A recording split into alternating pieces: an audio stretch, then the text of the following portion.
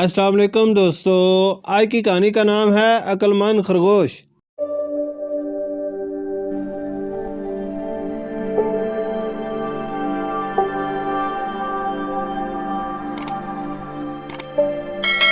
آبادی سے دور ایک چھوٹا سا جانوروں کا گاؤں آباد تھا۔ وہاں بہت سارے جانور ایک ساتھ ہنسی خوشی رہتے تھے۔ صرف ایک جانور ایسا تھا کہ جو خوش نہیں تھا، اور وہ تھا خرگوش، کیونکہ کوئی بھی اسے اپنا دوست نہیں بناتا تھا۔ وہاں جانوروں نے گروہ بنائے ہوئے تھے، گھاس خور جانوروں کا گروہ، گوشت خور کا الگ گروہ، اور پتے اور پھل خور کا الگ گروہ۔ اتفاق سے خرگوش کسی گروہ کا حصہ نہیں تھا، اس لیے سب اسے فالتو سمجھتے، اور وہ تھا بھی اکلوتا، اس لیے وہ بیچارہ بہت کوشش کرتا کہ کوئی اسے اپنے ساتھ شامل کر لے، پر کسی کو اس کی ضرورت ہی نہیں تھی۔ وہ بیچارہ اپنے آپ سے ہی باتیں کرتا رہتا، اس وجہ سے کچھ چڑچڑا بھی ہو گیا تھا۔ ایک دن شہر میں نئے چڑیا گھر کھلنے کی اجازت دی گئی۔ چڑیا گھر والوں کو کسی نے اطلاع دی کہ آبادی سے کچھ ہی دور آپ کو جانوروں کا ایک گاؤں ملے گا، جہاں تقریباً سارے ہی جانور ہیں۔ اگر آپ سارے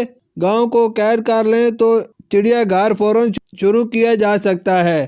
اچانک ایک دن جانوروں کے گاؤں کو چاروں طرف سے گھیر لیا گیا۔ سب جانوروں کو قید کرنے کے لیے گاؤں کے چاروں طرف بانسوں کی چار دیواری بنا دی گئی، اور ان بانسوں پر جال لگا کر جانوروں کے کہیں باہر جانے کے راستے کو بند کر دیا گیا۔ یہ سارا کام کرنے میں رات ہو گئی۔ چڑیا گھر کے منتظمین نے یہ طے کیا کہ ابھی کام روک کر گھر کو چلتے ہیں، ویسے بھی سب جانور تو جال کی وجہ سے قید ہیں۔ کل صبح گاڑیاں لے کر آئیں گے اور جانوروں کو پکڑ پکڑ کر چڑیا گھر لے جائیں گے۔ جب وہ سب چلے گئے تو سب طاقتور جانوروں نے کوشش کی کہ جال توڑ سکیں، پر ناکام رہے۔ سب مایوس ہو کر بیٹھ گئے۔ آخر خرگوش بولا، اگر آپ سب مجھ سے دوستی کرنے کا وعدہ کرو تو میں کچھ کروں، پر سب جانور اس کو بیکار سمجھ کر بولے، ہم پہلے ہی پریشان ہیں، ہمیں اور پریشان نہ کرو۔ خرگوش چپ ہو گیا، پر زیادہ دیر سب کے پریشان چہرے دیکھ کر رہ نہ سکا، اور خود ہی اٹھ کر جال کترنے لگا۔ جب وہ 2-4 رسیاں کاٹ چکا تو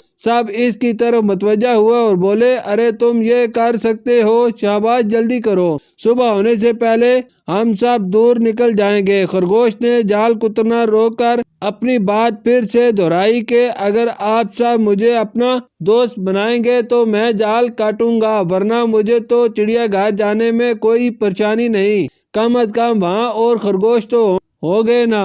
سب جانور بولے، ہاں ہاں، تم ہمارے دوست ہو، اب وقت مت ضائع کرو، جلدی جال کاٹو۔ خرگوش جلدی سے جال کاٹنے لگا اور سخت محنت کے بعد کافی جال کاٹ لیا۔ بندروں نے جال کو پکڑ کر راستہ بنایا اور سب جانور جلدی جلدی باہر نکلنے لگے اور چیتوں کی رہنمائی میں ایک نئی سمت بھاگنے لگے۔